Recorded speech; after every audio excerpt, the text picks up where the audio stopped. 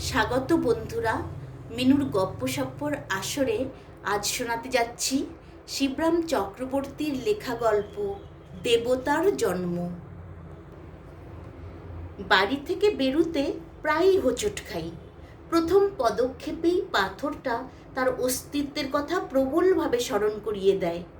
কদিন ধরেই ভাবছি কি করা যায়। সেদিন বাড়ি থেকে বেরোবার আমার তেমন কোনো তাড়া ছিল না। অন্তত ওইরূপ তীরবেগে অকস্মাৎ ধাবিত হব এমন অভিপ্রায় ছিল না আদৌ। কিন্তু পাথরটার সংঘর্ষ আমার গতিবেগকে সহসা এত দ্রুত করে দিল যে অন্যদিক থেকে মোটর আসছে দেখেও আত্মসম্বরণ করতে অক্ষম হলুম। কি ভাগ্যি ড্রাইভারটা ছিল হুঁশিয়ার, তাই রক্ষে। সেদিন থেকেই ভাবছি কি করা যায়। আমার জীবন পথের মাঝখানে সামান্য এক টুকরো পাথর যে এমন প্রতিদ্বন্দ্বী রূপে দেখা দেবে কোনোদিন এরূপ কল্পনা করিনি। তাছাড়া ক্রমশই এটা জীবন মরণের সমস্যা হয়ে উঠছে। কেননা ধাবমান মোটর চিরদিনই কিছু আমার পদস্খলনকে মার্জনার চোখে দেখবে এমন আশা করতে পারি না। তাই ভাবছি একটা হেস্তনেস্ত হয়ে যাক, হয় ও থাকুক নয় আমি। ও থাকলে আমি বেশি দিন থাকবো কিনা সন্দেহস্থল। তাই যখন আমার থাকাটাই অন্তত আমার দিক থেকে বেশি বাঞ্ছনীয়, তখন একদা প্রাতঃকালে এক কোদাল জোগাড় করে লেগে পড়তে হলো। একটা বড় গোছের নুড়ি, ওর সামান্য অংশই রাস্তার উপর মাথা তুলেছিল। বহু পরিশ্রমের পর যখন ওটাকে সমূলে উৎখাত করতে পেরেছি, তখন মাথার ঘাম মুছে দেখি আমার চারিদিকে রীতিমতো জনতা। বেশ বুঝলাম এতক্ষণ এদেরই নীরব ও সরব সহানুভূতি আমার উদ্যমে উৎসাহ সঞ্চার করেছিল। তাদের সকলের দিকে সপ্রশ্ন দৃষ্টিতে তাকিয়ে জিজ্ঞাসা করলাম, আপনারা কেউ চান এই পাথরটা? জনতার মধ্যে একটা চাঞ্চল্য দেখা গেল, কিন্তু কারো ঔৎসুক্য আছে কি নেই বোঝা গেল না। তাই আবার ঘোষণা করতে হলো, যদি দরকার থাকে নিতে পারেন, অনায়াসেই নিতে পারেন। আমার শ্রম তাহলে সার্থক জ্ঞান করব এবং আমি খুশি হব। জনতার এক তরফ থেকে একজন এগিয়ে এসে জিজ্ঞাসা করলে, এটা খুঁড়ছিলেন কেন? কোনো স্বপ্ন টপ্ন পেয়েছেন নাকি? আমি লোকটার দিকে একটু তাকালাম, তারপর ঘাড় নেড়ে বললাম, না না, যা ভাবছেন তা নয়। পাথরটাকে রাস্তার এক নিরাপদ কোণে স্থাপিত করা গেল, কিন্তু আমার কথায় যেন ওর প্রত্যয় হলো না। কয়েকবার আপন মনে মাথা নেড়ে সে আবার প্রশ্ন করলে, সত্যি বলছেন পাননি? কোনো প্রত্যাদেশ টত্যাদেশ? কিচ্ছু না। লোকটার কৌতূহলকে একেবারে দমিয়ে দিয়ে ওপরে এসে মাকে বললাম, 2 কাপ চা তৈরি করতে। আমার জন্যেই 2 কাপ। পাথরটার সঙ্গে ধস্তাধস্তিতে কাতর হয়ে পড়েছিলাম, প্রায় প্রস্তরীভূত হয়ে গেছিলাম বলতে কি। এরপর প্রায়ই বাড়ি থেকে বেরুতে এবং বেরিয়ে ফিরতে নুড়িটার সঙ্গে সাক্ষাৎ হয়, অনেক সময় হয় না। যখন অন্যমনস্ক থাকি, এখন ওকে আমি সর্বান্তকরণে মার্জনা করতে পেরেছি। কেননা আমাকে অপদস্থ করার ক্ষমতা ওর আর নেই। সে দৈব শক্তি ওর লোপ পেয়েছে। আমাদের মধ্যে একরকম হৃদ্যতা জন্মেছে এখন বলা যেতে পারে। এমন সময়ে অকস্মাৎ একদিন দেখলাম নুড়িটার কান্তি ফিরেছে, ধুলোবালি মুছে গিয়ে দিব্য চাকচিক্য দেখা দিয়েছে। যারা সকালে বিকালে হোস পাইপে রাস্তায় জল ছিটোয়, বোঝা গেল তাদেরই কারুর স্নেহদৃষ্টি এর উপর পড়েছিল। ওর চেহারায় শ্রীবৃদ্ধি দেখে সুখী হলাম। ব্যাপার কীরকম বুঝছেন? হঠাৎ পেছন থেকে প্রশ্নাহত হয়ে ফিরে তাকালাম। সেদিনের সেই অনুসন্ধিৎসু ভদ্রলোক। জিজ্ঞাসা করলাম, আপনি কি সেই থেকে এখনো পাহারা দিচ্ছেন নাকি? না কোনো প্রত্যাদেশ টত্যাদেশ পেলেন? না না, তা কেন, এই পথেই আমার যাতায়াত কি না। ভদ্রলোক কিঞ্চিত অপ্রস্তুত হন, কিন্তু অল্পক্ষণেই নিজেকে সামলে নিতে পারেন। নুড়িটা দেখছি আছে ঠিক, কেউ নেবে না, কি বলেন? প্রশ্নটা এইভাবে করলো যেন যেরকম দামি জিনিসটা পথে পড়ে আছে অমন আর ভূভারতে কোথাও মেলে না, এবং ওর গুপ্ত শত্রুর দল ওটাকে আত্মসাৎ করবার মতলবে ঘোরতর চক্রান্তে লিপ্ত। ছো মেরে লুফে নেবার তালে হাত বাড়িয়ে সবাই যেন লোলুপ। আমি তাকে সান্ত্বনা দিয়ে জানালাম, না না, আপনার যারা প্রতিদ্বন্দ্বী হতে পারত সরকার বাহাদুর তাদের নিমন্ত্রণ করে নিয়ে গিয়ে রাঁচির অতিথিশালায় সযত্নে রেখে দিয়েছেন। তাছাড়া আপনি নিজেই যখন এদিকে কড়া নজর রেখেছেন তখন তো চিন্তা করার কিছু দেখিনি। সে একটু হেসে বলল, আপনার যেমন কথা, দেখেছেন এদিকে কারা ওর পূজা অর্চনা করে গেছে? ভালো করে নিরীক্ষণ করি, সত্যি দেখিনি তো। একবেলার মধ্যেই কারা এসে পাথরটা সর্বাঙ্গে বেশ করে তেল সিন্দুর লেপে দিয়ে গেছে। আমি আনন্দ প্রকাশ করলাম, ভালোই হয়েছে, এতদিনে তবু ওর কান্তি ফিরল এবং আরেকটি সমজদার জুটল। পাথরটার সমাদরে পুলকিত হবার কথা, কিন্তু লোকটিকে বেশ ঈর্ষান্বিত দেখলাম। কপাল কুঁচকে সে বললে, সেই তো ভয়, সেই সমজদার না ইতিমধ্যে ওটিকে সরিয়ে ফেলে। পরদিন সকালে উঠে দেখি কোথাও পাথরটার চিহ্নমাত্র নেই। ওর এই আকস্মিক অন্তর্ধানে আশ্চর্য হলাম খুব। কে ওটাকে নিয়ে গেল, কোথায় নিয়ে গেল ইত্যাকার নানাবিধ প্রশ্নের অযাচিত উদয় হলো মনে, কিন্তু সঠিক সদুত্তর পাওয়া গেল না। পাথরটার এরূপ অনুপস্থিতিতে এই পথে হরদম যাতায়াতকারী সেই লোকটি যে প্রাণে বেজায় ব্যথা পাবে অনুমান করা কঠিন নয়। এ কথা ভেবে লোকটার জন্য একটু দুঃখই লাগলো। কিংবা সেই তত্ত্ব জিজ্ঞাসুরই কর্মযোগ। অনেক দিন পরে গলির মোড়ের অশ্বত্থতলা দিয়ে আসছি। ওহরি, এখানে নুড়িটাকে নিয়ে এসেছে যে। নুড়ির স্থূল অঙ্গটা গাছের গোড়ায় এমনভাবে পুঁতেছে যে উপরের উদ্ধৃত গোলাকার নিটোল মসৃণ অংশ দেখে শিবলিঙ্গ বলে ওকে সন্দেহ হতে পারে। এই প্রয়োগ নৈপুণ্য যার, তাকে বাহাদুরি দিতে হয়। নুড়িটার চারদিকে ফুল, বেলপাতা, আতপ চালের ছড়াছড়ি। সকালের দিকে এই পথে যেসব পুণ্যলোভী গঙ্গা স্নানে যায় তারাই ফেরার পথে সস্তায় পারলৌকিক পাথেয় সঞ্চয়ের সুবর্ণ সুযোগ রূপে একে গ্রহণ করেছে, সহজেই বোঝা গেল। যাই হোক, মহা সমারোহেই ইনি এখানে বিরাজ করছেন। অতঃপর এর সমুজ্জ্বল ভবিষ্যৎ সম্বন্ধে কারো দুশ্চিন্তার আর কোনো কারণ নেই। নুড়িটার এই পদোন্নতিতে আন্তরিক খুশি হলাম। আমি একদিন ওকে মুক্তি দিয়েছি, এখন সবাইকে ও মুক্তি বিতরণ করতে থাক। ওর গৌরব সে তো আমারই গর্ব।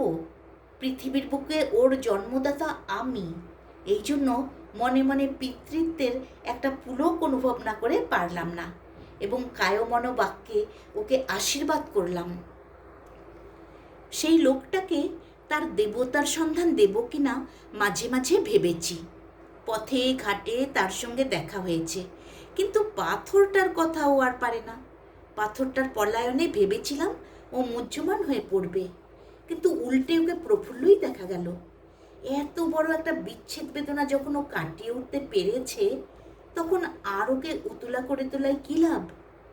মাঝে মাঝে অশ্বত্থতলার পাশ দিয়ে বাড়ি ফিরি, লক্ষ্য করি দিনকে দিন নুড়িটার মর্যাদা বাড়ছে। একদিন দেখলাম গোটা কতক সন্ন্যাসী এসে আস্তানা গেড়েছে। গাজার গন্ধ এবং ববম্বম শব্দের ঠেলায় ওখান দিয়ে নাক কান বাঁচিয়ে যাওয়া দুষ্কর। ঘ্রাণ এবং কর্ণেন্দ্রিয়ের উপর দস্তুর মতোই অত্যাচার। যখন সন্ন্যাসী জুটেছে তখন ভক্ত জুটতে দেরি হবে না, এবং ভক্তির আতিশর্য অনতি বিলম্বেই ইট কাঠের মূর্তি ধরে মন্দির রূপে অভ্রভেদী হয়ে দেখা দেবে। দেবতা তখন বিশেষভাবে বনেদি হবেন এবং সর্বসাধারণের কাছ থেকে তার তরফে খাজনা আদায় করবার চিরস্থায়ী বন্দোবস্ত কায়েমি হয়ে দাঁড়াবে। এর কিছুদিন পরে একটা চিনির কলের ব্যাপারে কয়েক মাসের জন্য আমাকে চম্পারণ যেতে হলো। অশ্বত্থতলার পাশ দিয়ে গেলেও চলে। ভাবলাম যাবার আগে দেবতার অবস্থাটা দেখে যাই। যা অনুমান করেছিলাম তাই। সন্ন্যাসীর সমাগমে ভক্তের সমারোহ হয়েছে। খানিকক্ষণ দাঁড়িয়ে ওদের আলাপ আলোচনা অনুসরণে যা বুঝলাম তার মর্ম এই যে, ইনি হচ্ছেন ত্রিলোকেশ্বর শিব, সাক্ষাৎ স্বয়ম্ভু, একেবারে পাতাল ফুঁড়ে ফেপে উঠেছেন। এর তল নেই। অতএব এর উপযুক্ত সম্বর্ধনা করতে হলে এখানে একটা মন্দির খাড়া না করলে চলে না। একবার বাসনা হলো ত্রিলোকেশ্বর শিবের নিস্তলতার ইতিহাস সবাইকে ডেকে বলি দিই, কিন্তু জীবন বীমা করা ছিল না এবং ভক্তি কতটা ভয়াবহ হতে পারে জানতাম। আর তাছাড়া ট্রেনের বিলম্বও বেশি নেই ইত্যাদি বিবেচনা করে নিরস্ত হলাম। সেই লোকটাকে খবর না দিয়ে দেখলাম ভালোই করেছি, কেননা যতদূর ধারণা হয় নুড়িটাকে নিয়ে গিয়ে প্রতিষ্ঠা করাই তার অভিরুচি ছিল। কিন্তু ইনি যে ভক্তের তোয়াক্কা না রেখেই স্বকীয় প্রতিভা বলে এবং স্বচেষ্টায় ইতিমধ্যেই লব্ধপ্রতিষ্ঠ হয়েছেন, এই সংবাদে সে পুলকিত কিংবা মর্মাহত হতো বলা কঠিন। কয়েক মাস বাদে যখন ফিরলাম তখন অশোকতলার মোড়কে আর চেনাই যায় না। ছোটো খাটো একটা মন্দির উঠেছে, শঙ্খ ঘণ্টার আর্তনাদে কান পাতা দেয় এবং ভক্তের ভিড় ঠেলে চলা দুরূহ। কিন্তু সে কথা বলছি না। সবচেয়ে বিস্মিত হলাম সেই সঙ্গে আরেকজনের আবির্ভাবে। কেবলমাত্র আবির্ভাব নয়, কলেবর পরিবর্তন পর্যন্ত দেখে।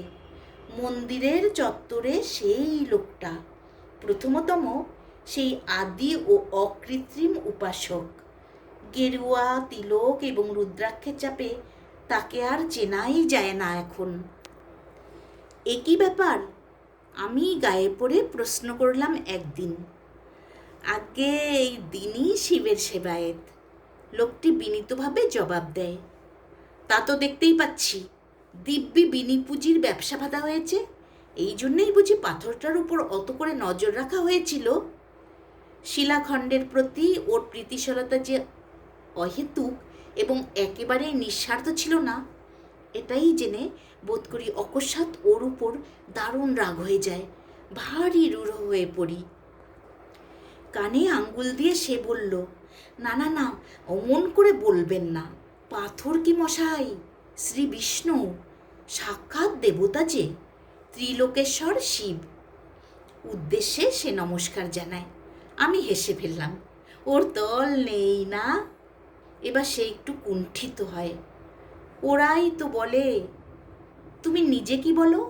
ওরা তো বলে নিচে যতই কেন খুঁড়ে যাও না, টিউবকলের মতো ওই শিবলিঙ্গ বরাবর নেবে গেছে। কিন্তু তোমার কি মনে হয়? কি জানি, তাই হয়তো হবে। কত দূর শেকড় নেবেছে খুঁড়ে, দেখোই না কেন একদিন। জিভ কেটে লোকটা বলল, ওসব কথা কেন, ওতে অপরাধ হয়। বাবা রাগ করবেন, উনি আমাদের জাগ্রত। বটে, কীরকম জাগ্রত শুনি? এই ধরুন না কেন, এবার তো কলকাতায় দারুণ বসন্ত, টিকে নিয়ে কিচ্ছু করেই কিছু হচ্ছে না। হ্যাঁ বলো কি, মহামারী নাকি? জানতাম না তো। খবরের কাগজেই দেখবেন কি রকম লোক মরছে। কর্পোরেশন থেকে টিকে দেবার ত্রুটি নেই, অথচ প্রত্যেক পাড়াতেই। কিন্তু আমাদের পাড়ায় এ পর্যন্ত কারো হয়নি, দেবতার কৃপায়। আমরা কেউ টিকেও নেইনি, কেবল বাবার জন্নামে তো খেয়েছি। এ যদি জাগ্রত না হয়, তবে জাগ্রত আপনি কাকে বলেন? এবার কি জবাব দেব তা চিন্তা করবার সময় ছিল না। আগে একবার এই রোগে যা কষ্ট পেয়েছিলাম এবং যা করে বেঁচেছিলাম, তাতে বাবা ত্রিলোকনাথের মহিমা তখন আমার মাথায় উঠেছে। আমি এখন চললুম, আমাকে এক্ষুনি টিকে নিতে হবে, আরেকদিন এসে গল্প করব বলে আর মুহূর্ত মাত্র বিলম্ব না করে মেডিকেল কলেজের উদ্দেশ্যে ধাবিত হলাম। পথে এক বন্ধুর সঙ্গে দেখা, দাঁড় করিয়ে সে বললে, আরে কোথায় চলছো এমন হন্যে হয়ে? টিকে নিতে। টিকে নিয়ে তো ছাই হচ্ছে, টিকে কিচ্ছু হয় না। তুমি বরং 200 শক্তির ভেরিওলিনাম 1 ডোজ খাওগে কিং কোম্পানির থেকে, যদি টিকে থাকতে চাও। পরের সপ্তাহে ওই আরেক ডোজ, তারপরে আরেক, ব্যাস নিশ্চিন্দি। টিকে ফেল করছে আকচার দেখা যায়, কিন্তু ভেরিওলিনাম নেভার। বলো কি, জানতাম না তো। জানবে কোত্থেকে, কেবল ফোড়াফুড়ি এই তো জেনেছ। অন্য কিছুতে কি আর তোমাদের বিশ্বাস আছে? আমি হোমিওপ্যাথি প্র্যাকটিস ধরেছি, আমি জানি। বেশ, তাই খাচ্ছি না হয়। কিং কোম্পানিতে গিয়ে 1 ডোজ 200 শক্তির ভেরিওলিনাম গলাধ্যকরণ করলাম। যাক, এতক্ষণে অনেকটা স্বচ্ছন্দ হয়ে গেল, হালকা হতে পারলাম।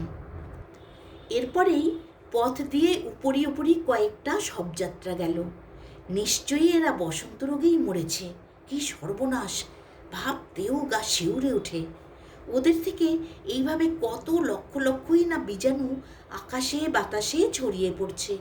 ভেরিওলিনাম রক্তে পৌঁছতে না পৌঁছতেই এতক্ষণে এইসব মারাত্মক রোগাণুর কাজ শুরু হয়ে গেছে নিশ্চয়ই। হাত পা সিটিয়ে আমার সমস্ত শরীর অবসন্ন হয়ে আসে। এই বিপদসংকুল বাতাসের নিঃশ্বাস নিতেও কষ্ট হয়। অতি সংক্ষিপ্ত এক টুকরো প্রাচীর পত্রে বিখ্যাত বসন্ত চিকিৎসক কোন এক কবিরাজের নাম দেখলাম। হোমিওপ্যাথি করা গেছে, কবিরাজি বা বাকি থাকে কেন? যে উপায়েই হোক সবার আগে আত্মরক্ষা। বিজ্ঞাপিত ঠিকানায় পৌঁছতেই দেখলাম কয়েকজন মিলে খুব ধুমধাম করে প্রকাণ্ড একটা শিলে কি যেন বাটছেন। কবিরাজকে আমার অবস্থা বলতেই তিনি আঙ্গুল দেখিয়ে বললেন, ওই যে বাটা হচ্ছে কন্টিকারির শেকড়, বেটে খেতে হয়। ওর মতো বসন্তের অব্যর্থ প্রতিষেধক আর কিচ্ছু নেই মশাই। ব্যবস্থা মতো তাই একতাল খেয়ে রিক্সা ডেকে উঠে বসা গেল। গায়ে যেন জোর পাচ্ছিলাম না, মাথাটা ঝিমঝিম করছিল, জ্বর জ্বর ভাব। বসন্ত হবার আগে এইরকমই নাকি হয়ে থাকে। বাড়ি ফিরে মাকে বললাম, আজ আর কিছু খাবো না মা, দেহটা ভালো নয়। উদ্বিগ্ন মুখে মা বললেন, কি হয়েছে তোর? হয়নি কিচ্ছু, বোধহয় বসন্ত। বালাই ষাট বলতে নেই, তা কেন হতে যাবে? এই হর্তুকি টুকরোটা হাতে বাদ দেখি। আমি 30 বছর বাঁচছি, এই হাতে বসন্ত রোগী তো খাটলাম, সেবা করলাম, কিন্তু বলতে নেই এর জোরে কোনো দিন হাম পর্যন্ত হয়নি। নে ধর এটা তুই। মা তার হাতের তাগাটা খুলে দিলেন। 30 বছরে একবারও হয়নি তোমার? বলো কি? দাও দাও তবে, এতক্ষণ বলনি কেন? কিন্তু এই এক টুকরোয় কি হবে? রোগ যে অনেকটা এগিয়ে গেছে, আমাকে আস্ত একটা হর্তুকি দাও, তাতে যদি আটকায়। হর্তুকি তো বাদলুম, কিন্তু বিকালের দিকে শরীরটা বেশ ম্যাজ ম্যাজ করতে লাগলো। নিজেকে রীতিমতো জর্জরিত মনে হলো। আয়না নিয়ে ভালো করে পর্যবেক্ষণ করলাম। মুখেও যেন দু একটা ফুসকুড়ির মতো দেখা দিয়েছে। নিশ্চয়ই বসন্ত। তবে আর বাচন নেই, মাকে ডেকে দেখালাম। মা বললেন, মার অনুগ্রহ নয়, ব্রণ। আমি বললাম, ব্রণ নয়, নিতান্তই মার অনুগ্রহ। মা বললেন, অলক্ষণে কথা মুখে আনিস নে, ও কিচ্ছু না, সমস্ত দিন ঘরে বসে আছিস, একটু বাইরে থেকে বেরিয়ে আয় গে। এরকম দারুণ ভাবনা মাথায় নিয়ে কি বেড়াতে ভালো লাগে? লোকটা বলছিল ওরা সবাই চরণামৃত খেয়ে নিরাপদ রয়েছে, আমিও তাই খাবো নাকি?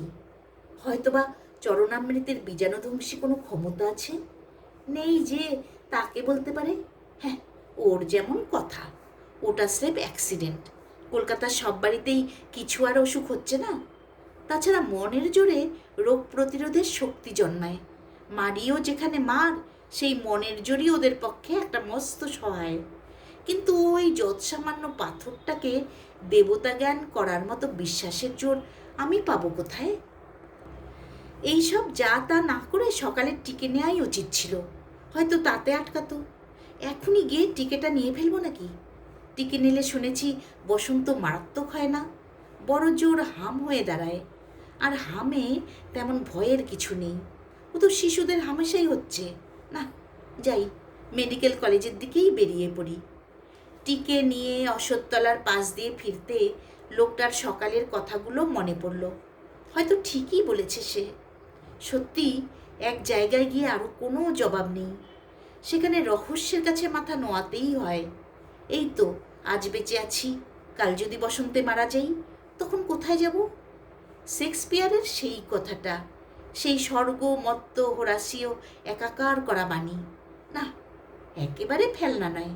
এই পৃথিবীর, এই জীবনের সুদূর নক্ষত্রলোক এবং তার বাইরেও বহুদা বিস্তৃত অনন্ত জগতের কতটুকুই বা আমরা জানি? কটা ব্যাপারেই বা বৈজ্ঞানিক ব্যাখ্যা দিতে পারি? যতই বিজ্ঞানের দোহাই পারি না কেন, শেষে সেই অজ্ঞের সীমান্তে এসে সব ব্যাপারেকেই নতমুখে চুপ করে দাঁড়াতে হয়।